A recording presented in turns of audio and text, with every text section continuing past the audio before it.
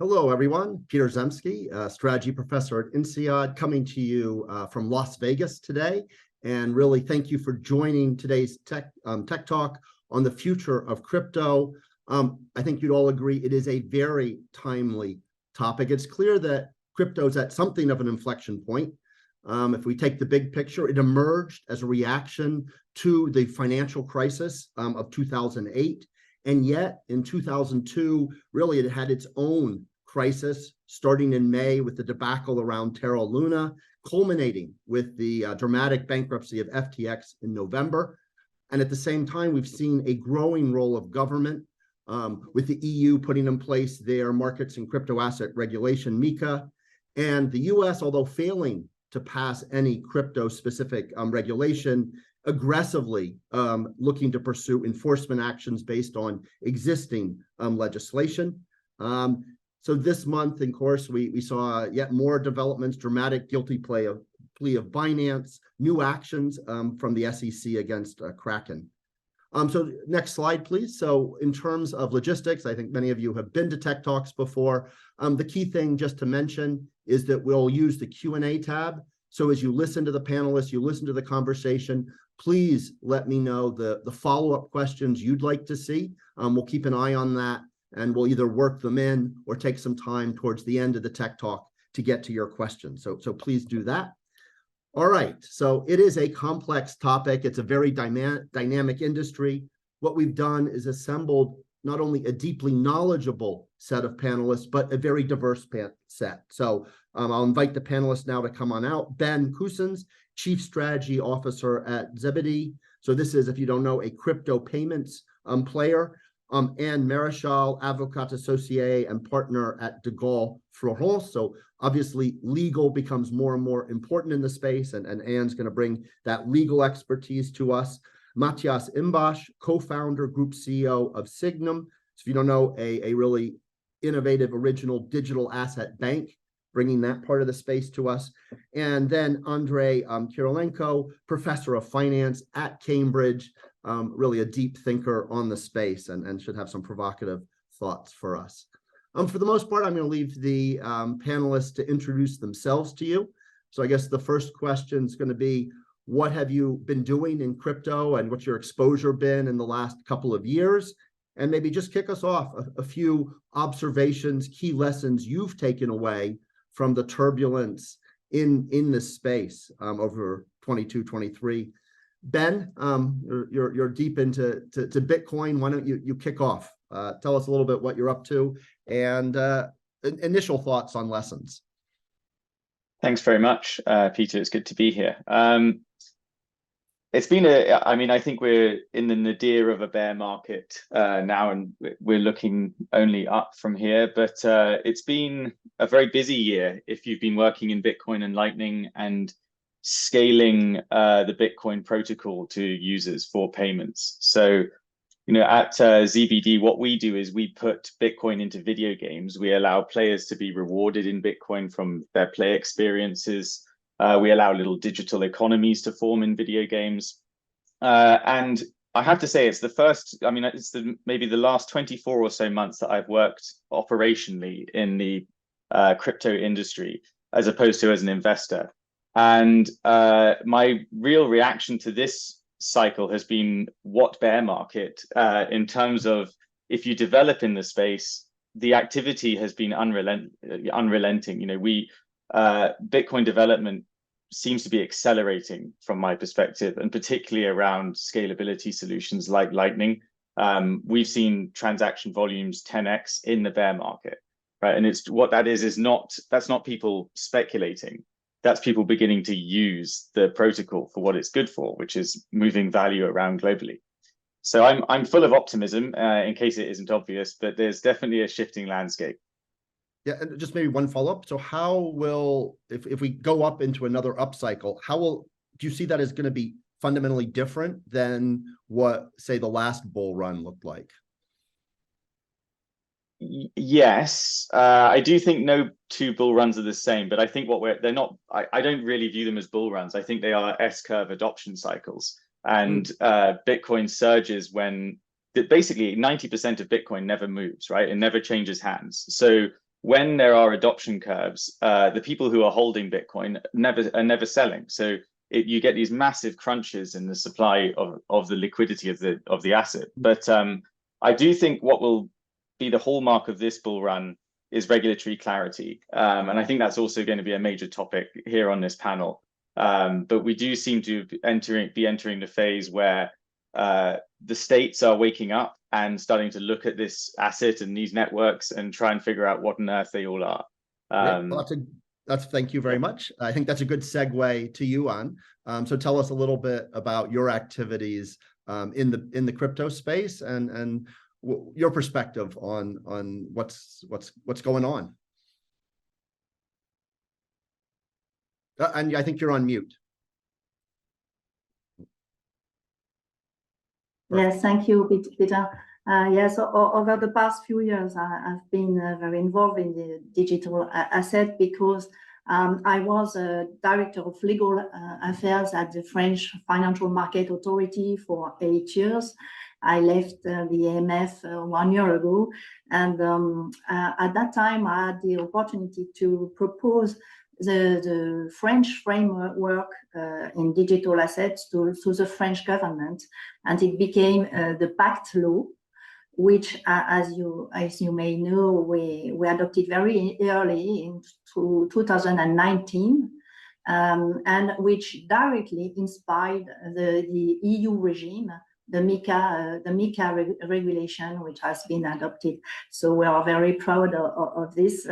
And as a lawyer, I created a new practice in this area 1 year ago at the law firm De Gaulle France, combining financial law and digital asset law, which is, in my view, very important because the two sectors are joining, if I may say.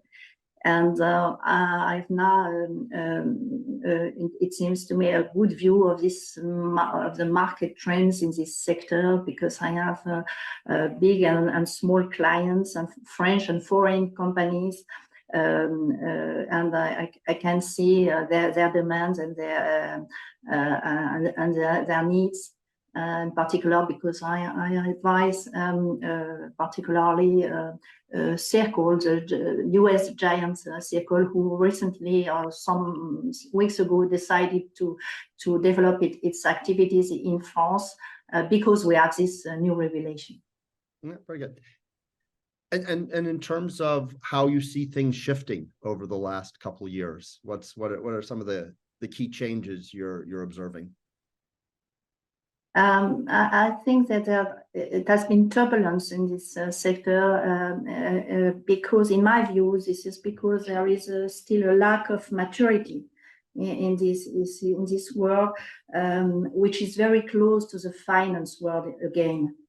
And in my view, the players who don't understand these rules won't probably be successful in the future. And on the contrary, in my view, the players who understand the finance rules, which is key because in the finance world, which the confidence is key. So we need tools, and the players who understand that, in my view, will be very successful because I think there are huge opportunities. And particularly in the real economy, I think the blockchain will offer great opportunities, particularly in portfolio management, in real estate, in environment too. So I think this is very, very interesting to develop this project now. Anyway, what I take away is, as Ben was saying, regulatory clarity is coming, and what you're seeing is some companies are adapting to that. Those are adapting to those new rules of the game. Others may fall afoul of some of what's coming. So we'll dig in that. Let's get some more perspectives out. Mathias, over as a digital asset bank. What have you been doing, and what do you make of recent events? Thank you, Peter, and it's a pleasure to be here. Appreciate the invite. Yeah, I'm Mathias, one of the co-founders and Group CEO of Signum. And as you mentioned, we're a global digital asset banking group. We basically, what we have done, or what has kept me busy over the last 2-3 years, is basically building Signum. We were actually the world's first fully focused digital asset bank coming out of Switzerland, had that previously mentioned regulatory clarity here actually very early. And we follow an all-in-one account approach towards digital assets, encompassing crypto, stablecoins, and asset tokens.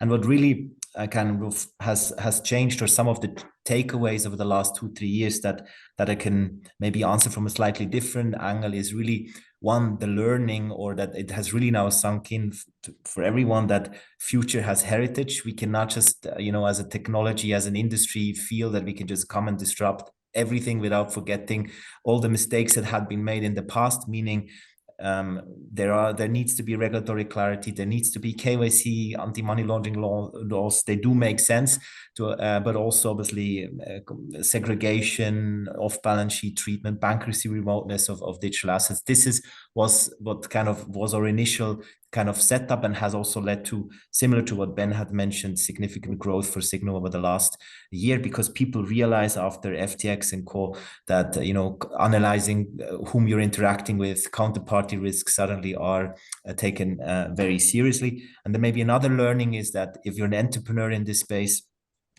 it's a constant oscillation between euphoria and terror, right? Things are moving so fast, you just need to constantly adjust and adapt. And I think what helps me, and what we're trying to live here at Signum very much, is just to not panic in more difficult times. But you can only not panic in more difficult times if you also don't lose touch with reality during the hype cycles, during the adoption curves, which have come in the past and will come again. So I think the true north of what you want to build is long term, and then these cycles are just normal and part of what's to come. No, very nice. Maybe see if there's interesting to put on the table in your space, right? One of the things FTX exposed, and as Anne said, is in the past we thought we should separate, custody and market making and all these different finance activities. Do you? What's your perspective on that, and has that shifted post FTX?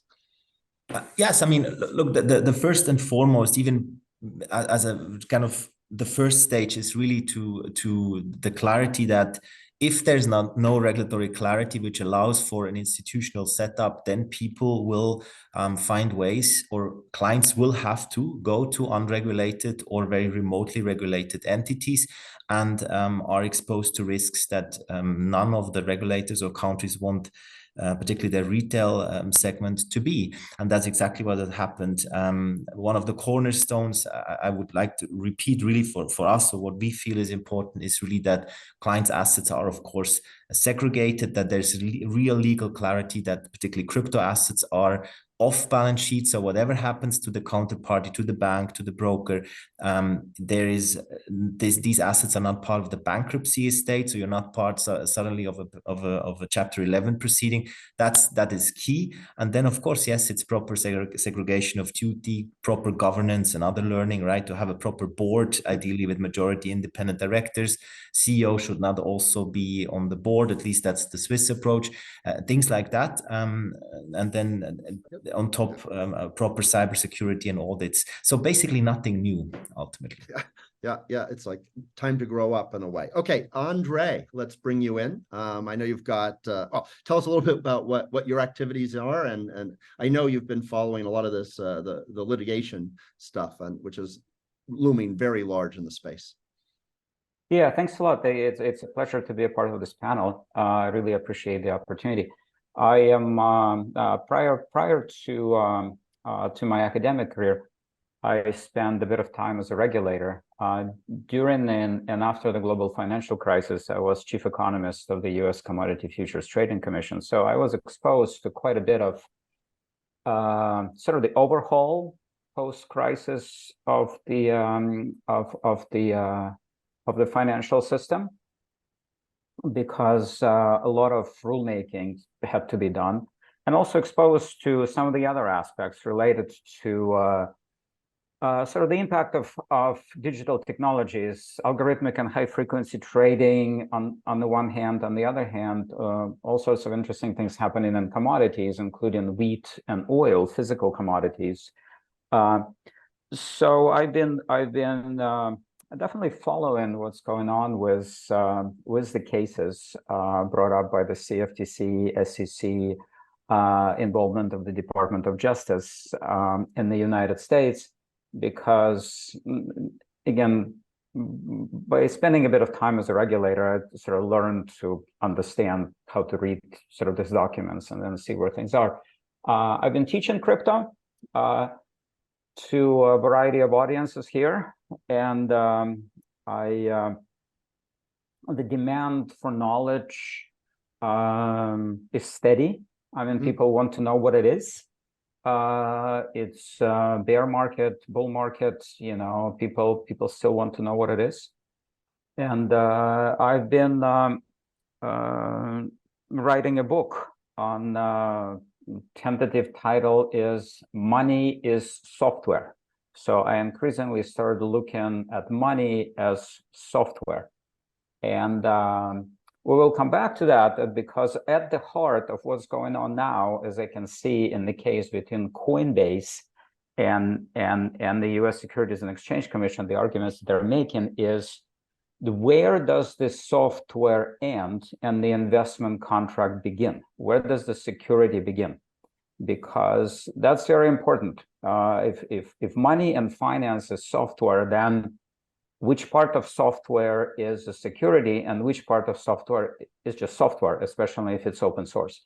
I think it's fundamental. I think that the regulatory clarity that people are hoping for, from my experience prior as a regulator, may or may not happen as fast as people would like it to be there. So for a while, at least, there will need to be some sort of a way to have some sort of safe haven or the ability to continue developing the technology without having to worry about that someone is going to come in and hit you over the head. Maybe let's start digging in, and I'll start with you this time, Andrei. On, again, it's a complex space. Crypto has all these different players, from traditional financial institutions who are wondering how much they're going to adopt, to the VC industry, now regulators. So just delving into some of that. But maybe, Andrei, just your reflections sitting between Europe and the US, maybe just contrasting the approach in the US versus in Europe. Do you think all of this flurry of regulatory action in the US is going to result in the clarity relative to actually legislation? So just some thoughts on the regulatory. Thank you. I've been interacting with the people who are involved in the cases and some of my friends and colleagues in the regulatory space. And one theme that emerges is the following theme. They said, look, Dodd-Frank post global financial crisis, it was pretty clear, there was a lot of clarity about what the regulators wanted to do. For example, on Title VII, CFTC had as given the legal mandate, needed to bring OTC derivatives into clearing houses. It was very clear what needed to be done. Why? Because clearing houses are just much more resilient. I mean, the design of them. There's clarity, there's a way to deal with counterparty risk. Now, they concentrate risk afterwards, but everyone knew what needed to be done. What I'm hearing now is that there are a lot of lawsuits, but if you ask the regulators, what do you actually want? Like, what's your vision? Where do you want crypto to be? No one can answer that. They'll say, we don't like this, we don't like that. This is, this enormous settlements for sort of billions of dollars. But at the end of it, like, what do you want? After this settlement and after money changes hands, there's still no understanding, like, what does the regulator actually want? Where does this see crypto? That's dangerous. So you see that, you were saying you see the Coinbase lawyers trying to use that against the SEC. Yeah, not just Coinbase. I mean, both sides. The SEC is just sort of had both sides are now sort of ramping up support. On the SEC side, you have this North American Securities sort of Association group of regulators they submitted what's called an amicus brief, so like a document in support of the SEC. Then on the side of the Coinbase, very powerful players from the venture capital industry are submitting their amicus briefs and saying, look, we disagree. So it is becoming a sort of a huge legal battle that's probably going to end up in the US Supreme Court. Again, which will be the definition. Both sides are now positioning themselves is, where does the software end and security begin? Because the US Supreme Court defines security as an investment contract. Well, if you're writing open source software for somebody else to use and issue and built on some math, how is that an investment contract? Who's contracting with whom? Why is it an investment contract to begin with? So that is that is a big question, and it will be determined by a judge somewhere.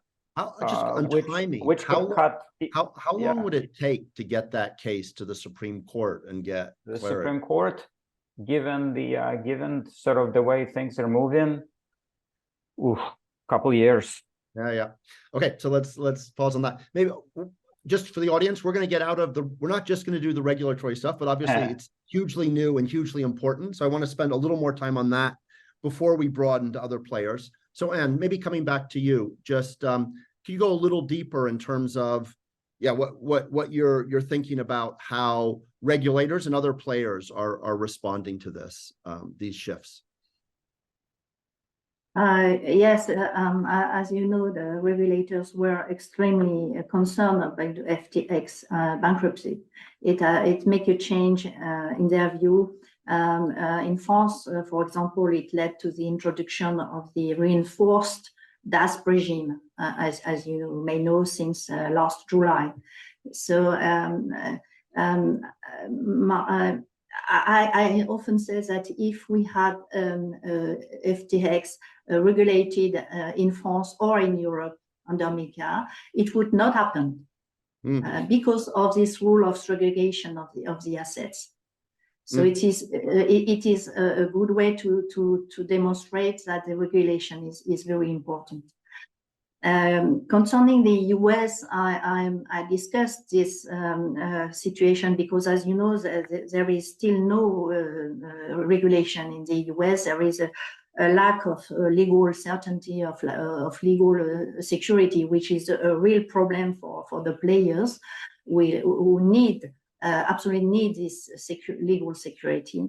I met recently an official of the SEC, and she said that there will be no regulation in the US before the presidential elections. So in 1 year at the best, because it's not certain, because as you may know, there is strong lobbying in two ways. So some of people willing this new regulation, and some are absolutely against this regulation. So in my view, this is an advantage for European players. Actually, sorry to interrupt, but just on that. Oh no, you finish, then I'll follow up. Please finish. No, and this is very interesting to see that I have already US clients who have decided to leave the US because they don't want to take the risk of sanctions of the CFTC, of the SEC, and they want to develop their activities in Europe and in France in particular. So you see, it's real. It's happening now. Okay, well, that's great. That actually answers one of the questions we had in the Q&A about are companies actually shifting? So I think we're going to want to get into that even more detailed a bit later.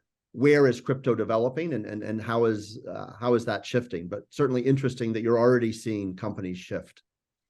Absolutely. And in terms of trends, what is coming obvious to me that my vision is that the players in the crypto world will move towards a traditional finance.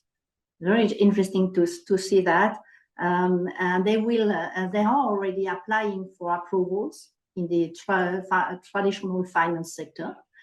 For example, to become a portfolio management company or to become electronic money issuer.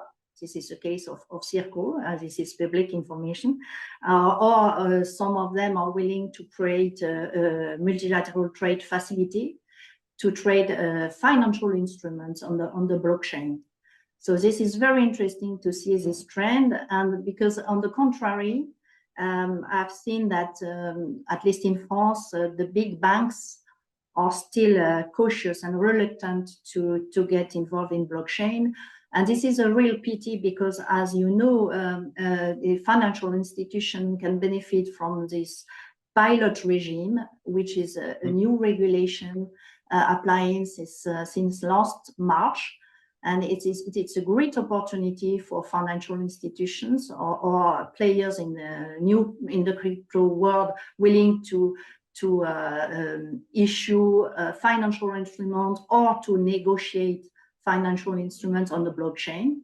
And this is only possible with this pilot regime, which is again is an EU regulation. It's given on an authorization on a case-by-case basis, and again, it's a pity if the player are not asking for this authorization, because again, there are great opportunities in the financial world. Very nice. For the blockchain, I mean. Yeah. No. Let's go over to Ben and Mathias to hear more. Again, there's this regulatory stuff happening, but then how's the rest of the players responding? So your customers, as Anne was bringing up, traditional financial institutions, even obviously VCs. Maybe Mathias, keeping on the financial sector side. Yeah, maybe just one brief comment on the US, right? I mean, Churchill already said, and I'm not quoting exactly, but just in terms of approximately what he said is that ultimately the US always gets it right after trying everything else. And I think we're a little bit in that phase. And I continue to believe that, maybe after the next elections or so, we will get into a bit more constructive phase. It is, and we see that also among our clients, it is a big challenge to operate in the US. Many are even ramping down structures in the US and setting up in Europe, in Asia. We also strategically very early on decided to not onboard US clients because of the lack of clarity and the exposure. At the same time, though, one has to say the moment you touch US dollar as a financial institution, you are exposed to the US. So in that sense, you cannot fully, strategically avoid that. But in terms of how others are reacting, just maybe on clients and clients, most important thing is really that they're looking much more carefully whom they're working with. And they're doing much more counterparty risk analysis. Also a big trend when it comes to managing treasuries, etc., of the largest crypto players is that they starting to diversify. We, for example, see clients that they want to have one custodian in Asia, one in Europe, one in the US, and then they distribute kind of also traditional techniques and strategies to just manage risks appropriately are now more and more finding its way into our industry, which is great. Treasury management and generally governance is becoming much more sophisticated. Also, the requirements on our end as a provider to give comfort with audit reports, ISAE reports, etc. This is becoming much more normal and in line with what also in traditional banking would be the case. And then maybe last but not least, what I want to mention is how do traditional players react? And there I must say, at least for Switzerland and Singapore, I can really confirm empirically that those who had already decided prior to or in the midst of 2022, before FTX, to go into that space and build the infrastructure, we have not seen a single case that actually stopped. They are all continuing, some a bit more behind the scenes and not making the big announcements, but we see it on our own platform. We have by now 20 banks that are leveraging our technology, are integrating and want to launch towards their clients. So I think we will see over the next 24 months a significantly more strong infrastructure base for also on and off ramps for a much larger proportion of the European and Asian population. Nice. So Ben, you guys operate in the US across many states as well as globally. What's your actual lived experience in terms of U.S. regulation and uncertainty for your operations? That's a very good question. To be honest, it's been better than expected. We made a very conscious decision to be an onshore US regulated entity in order to serve the customer base that we serve, which is video game developers and publishers primarily. Because we only deal in one asset, that being Bitcoin, and because there aren't legal questions around whether or not Bitcoin is a security, we tend to find that in conversations with regulators, things are actually, there's like a sigh of relief in the room. So they'll ask us for our business model. Yeah, well, exactly. They ask us for our business model, and it's essentially that game developers can now share their revenue with their users in the form of a micropayment over the Bitcoin Lightning Network. That's all it is. So that they go, oh, okay, this is kosher and understood, and we've been able to operate in, or we are able to operate in 120 countries off the back of that. We're also in the midst of doing our MiCA license application for the same purpose, to serve the same customer base in Europe, and are being pleasantly surprised there by the process. But I do believe as soon as you add other assets into the mix, things get murkier, because ultimately, if you're swapping between those assets, then you're trading, and why are you trading? Because it's these other assets aren't currencies, they're not money. Many of them, now there's a whole thing of non-fungible trading, right? So that's actually like collecting cards and other digital assets. So there's a whole other sphere over there that I think is causing the bulk of the confusion. And I tend to land in the camp of most of it is a security of some form, a digital security. I think what blockchains have really done is disintermediated a load of fossilized institutions in this. And if you want to look at the example, like what we're living through, we already lived through, or the music industry and the entertainment industry already lived through about 12 or 13 years ago, when Napster and file sharing came along. That disintermediated the content distribution, it made it free, and then the entire business models of those industries changed. What Andrei said about money is now software, I think is absolutely 100% true. We've disintermediated the financial industry, and the result is that their business models are being called into question, and we have to figure out fast how to adapt to a world where peer-to-peer value transfer is permissionless. That is the way the world is now. And regulators are playing catch up, but in many cases, I think regulators are like turkeys voting for Christmas, in terms of if they get it wrong, they're out of a job. But I find it very difficult to argue that if the crypto asset in question is not money and it's not a security, then what is it? I look at it that way around, because if it's giving you a yield or promising you number go up, what is it? What's it doing? So I noticed that, I mean, you guys stayed narrowly on Bitcoin. You more bullish on that than some of the other stuff going around? I mean, trying to read into what you're saying. What's your, in terms of? I think Bitcoin is. If the advent of the internet made information free, like the printing press did in the medieval times, the advent of Bitcoin has made value transfer free. We have freedom of information and freedom of money. So now I think while we look at the world deglobalizing, everyone is ignoring the fact that actually in the virtual realm of the internet, people are becoming citizens of the internet, which is building its own economy that is supranational and powered by open source payment rails. And so just that, so that's a lot of the sort of classic vision. A lot of the momentum in the space was around that vision.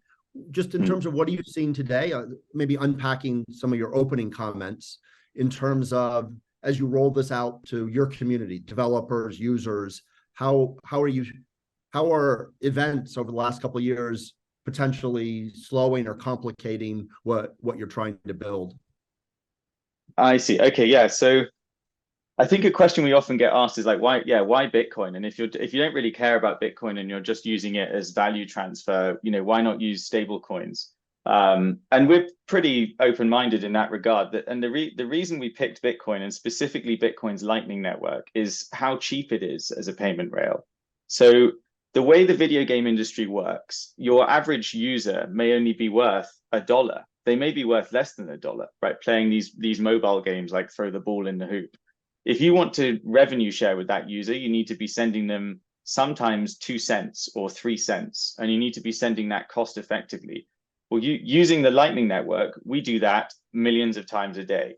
We tried to do it with stablecoin networks, but it was about 10 or 12 cents a transaction. So it was immediately inviable.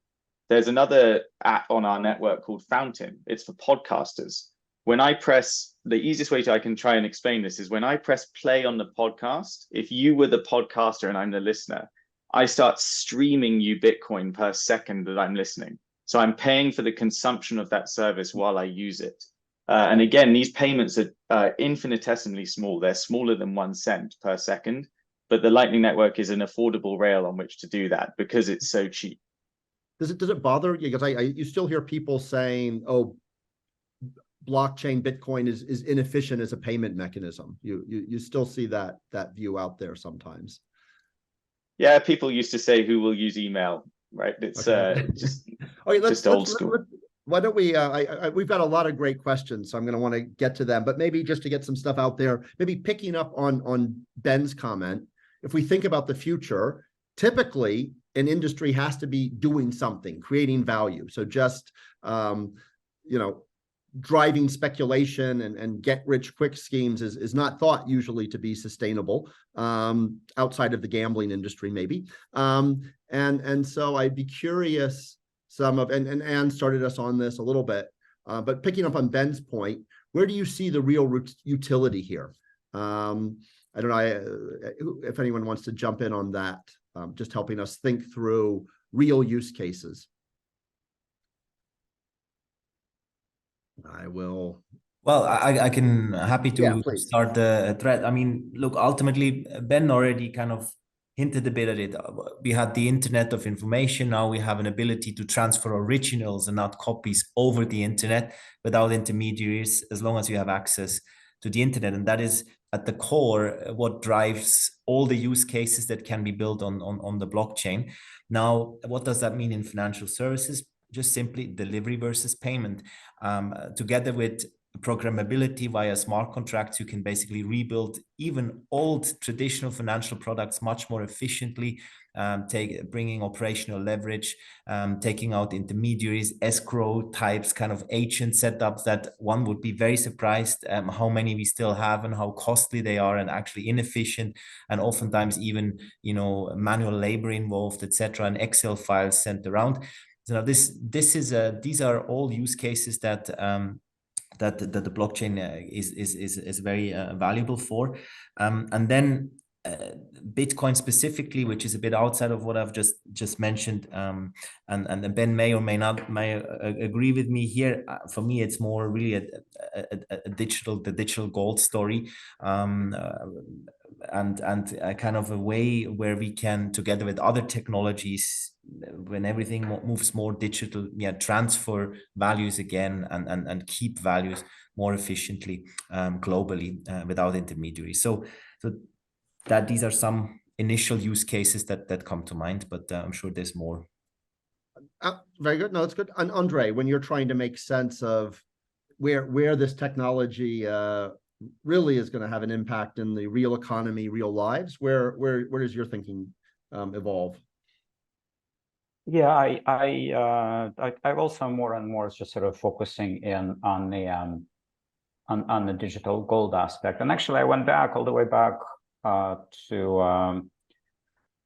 the very first monetary system that is documented, the very first monetary system, and it was based on something called stater. So there was a Greek city-state, Lydia, that was sort of positioned in the middle between Persians and Greeks. And so Greeks are seafaring, they had their own alphabet, they still do, they wore particular clothes, they had their games, this, that, and the other, and Persians are land-dwelling, and they prayed to different gods, ate different food. They're completely different, and so they had to find a way to trade.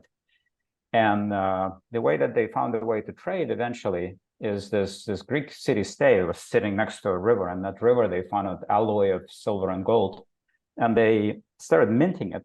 And they that very first gold coins, there were sort of gold and silver alloy coins. The only thing that they provided was that one was indistinguishable from the other. So they just provided fungibility. They're not a claim on anything. They were not anything really on anything. They're just fungible with each other. But once you have the fungibility, you can really, really power a monetary system. And then that monetary system enabled trade. And that monetary system enabled something very, very interesting also, in that it significantly reduced search costs. Actually, in Greece in particular, what started developing, which is not unusual now anymore, but permanent places for merchants to have their merchandise. In every Greek city-state, there's a place called the Agora, marketplace, where the merchants actually place their wares. Prior to having a monetary system, customers had to go look for merchants, and merchants had to go look for customers. Now, we're all very accustomed to the idea that we have permanent stores with opening hours and this, that, and the other. That was not possible before that original monetary system was in place, right? So you have a lot of developments that start happening, which effectively reduce what economists call search costs and frictions. Once you and digital technologies are technologies that reduce search costs and frictions, in many cases to zero. And that's why people call Bitcoin digital gold is that as you've heard here, it is an asset, but it's no one's liability. You cannot actually take anyone to court for Bitcoin. No one is liable for it. Central bank currency is a liability of a central bank. A security is a liability of whoever issues the security. Bitcoin is no one's liability, and there's pretty significant regulatory clarity on that, because both the CFTC and the CFTC declared it a commodity. It actually falls under a definition of commodity pretty clearly. And SEC says nothing. It just says, look, CFTC said it's a commodity and we say nothing, which means we don't consider it to be a security. Once you have... I'm mindful of time, so I just actually, from what you're talking about, one of the top questions is a little bit related. So, okay, so we got Bitcoin. I'm curious what the panels and the audience is curious what you might think about central bank backed digital currencies, things like a digital euro and those kind of pieces. So that'll be one question to throw out to you as we move into this. Those are clearly liabilities, right? Yeah. They're clearly liabilities of a central bank with everything that comes along with it. And what comes along with it is that it's subject to like everything else that the current currencies have, which is political pressure, political interference, fiscal dominance, debts, and inflation, and all of that. So yes, it reduces friction costs, but it comes with sort of the same baggage as before. Very good. Anyone else want to elaborate on your view of central bank backed digital currencies? Or people? Privacy nightmare. very, very dystopian. The ledger, it's all about who holds the ledger. And I thought Andrei's spot on about liabilities. Money is already digital, but digital fiat is worthless. Everyone knows that. And it's because it's not actually all that useful. Ultimately, it has to settle back to this analog system, which is all built on debt and liabilities. It's not a true innovation, in my opinion. I think a CBDC is a catch-up or Me Too piece of software. It was nowhere on government roadmaps or central bank roadmaps prior to Bitcoin. Very good. Maybe people want to elaborate a little more on the geographic issue. So I have some questions on this, but also, usually the US has led on technology innovation with China as a challenger. Clearly, this space is more complicated, as you've elaborated. Maybe even just to focus the question, is there an opportunity for Europe? I don't know if anyone has a view on what the UK is up to in all of this. I'm just curious if anyone wants to elaborate more on the geographic concentration of this industry? Maybe just a word again on the regulation, because as I said, we have created with this MiCA regulation a European zone with a legal framework which brings legal security and a very good comfort for the players in all the European countries. So it creates, in my view, a competitive advantage for Europe in this world where there is no equivalent in the US or in Asia. Maybe let me maybe a potential follow-up question. What's the future of tokenization in the EU? So which real world asset classes do you think the EU will adopt this first, real estate bonds, carbon credits, renewables, things you were talking about there? Do you see the regulators or the industry pushing into the particular areas? I think that the French government is really helping players in adopting this pilot regime I mentioned before, which means that it is encouraging the projects of players and particularly financial institutions which have projects in financial instruments on the blockchain. Which is, in my view, which is key for the future. For example, in the portfolio management, in multilateral trade facilities, etc. So I think this is clear that in Europe we want to encourage this type of project. I met recently the Banque de France, and that's exactly what they said. So, and outside the financial sector, I also think that there are great opportunities in the real economy. As I said, I think that I've seen projects in the environment sectors, for example, to create a market of carbon credits for deplastification of the oceans, with in creating a market on the blockchain for this kind of credits too. In the real estate, there will be tokenization also.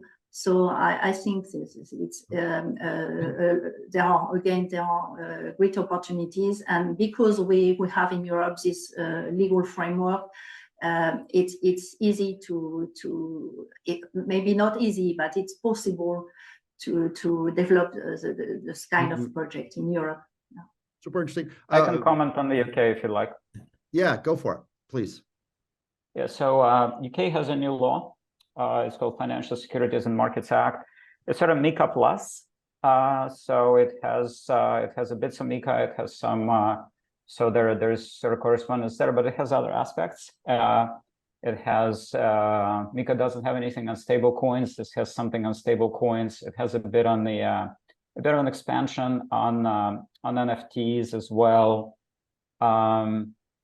Not so much, but at least they're kind of there under MiCA. They're kind of like it's not even there. So it's a regime more. I would say that probably more interestingly.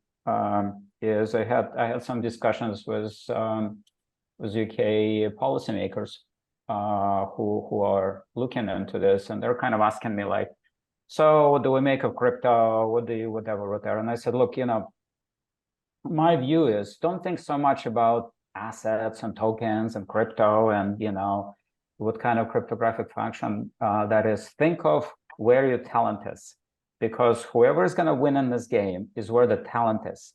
If the talent goes to Lisbon or to Paris or to Zug, that's where things are going to be happening. Because I completely agree. The development in this space is, if anything, accelerating. I'm seeing more people going into the space. The question is, where are they? Where do they go? Do they go to Lisbon? Do they go to London? Do they go to Paris? They're not going to the US, right? So they're going somewhere. Are they going to Dubai? Dubai just came up with like a new regulator and say, look, come, we're an expat capital. You can come and work here.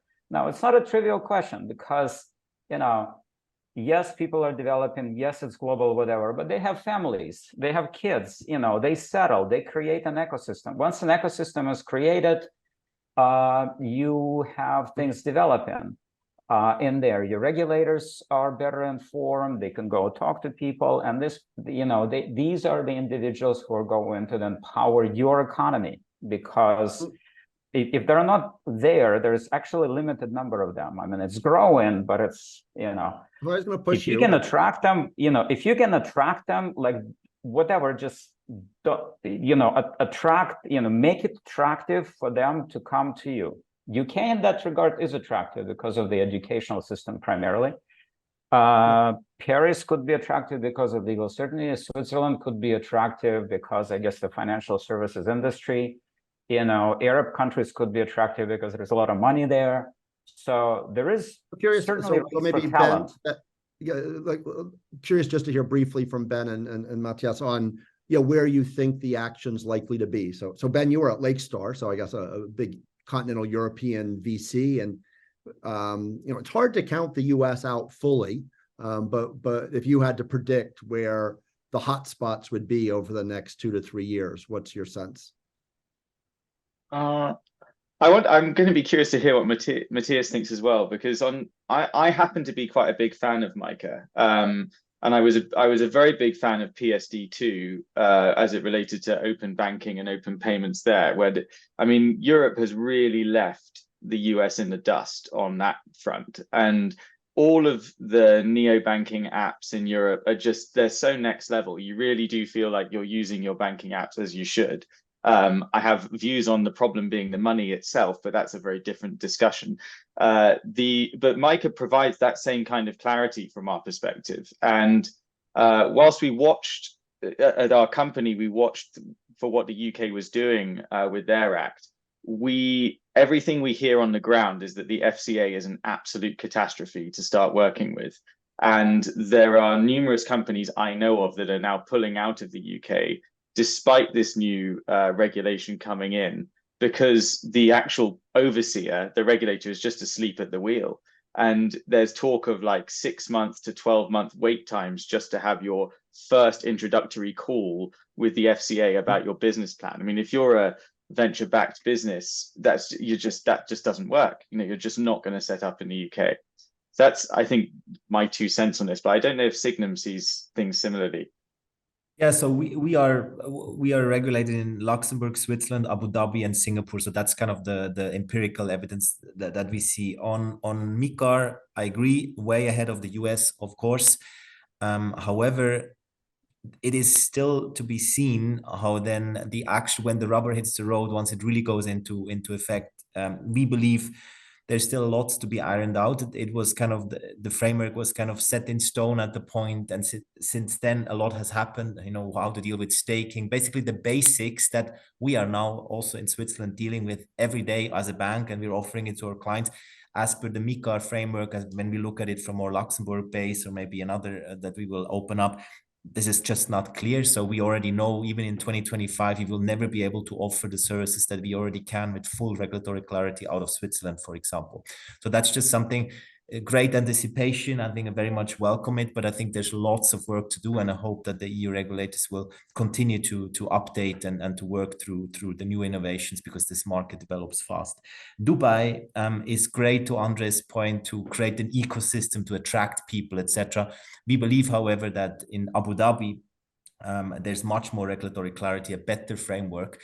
In Dubai, it's still a little bit, everything is a bit up in the air with the VARA, etc. We, for example, didn't feel comfortable setting up shop there, and decided on ADGM from a legal framework standpoint. And Singapore and Hong Kong obviously competing with each other, right? And kind of in 1 year increments, pushing and then pulling back again. Right now, Hong Kong is going full speed with the backing from Beijing. That's clear.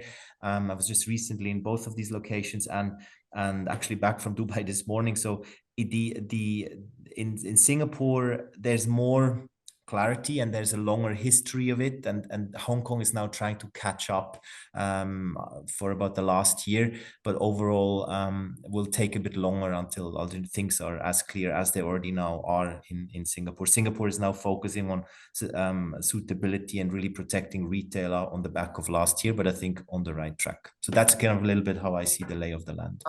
Mindful of time, we're going to land this thing. We need to wrap up. Final thoughts from the panelists.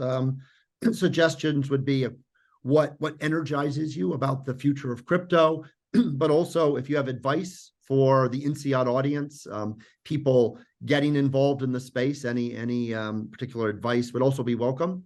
And why don't you kick off with final closing arguments?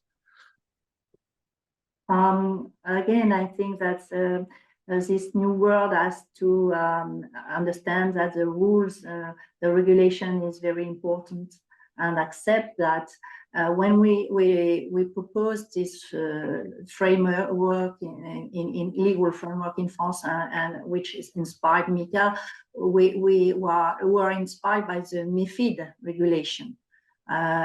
This is a financial regulation, as you know.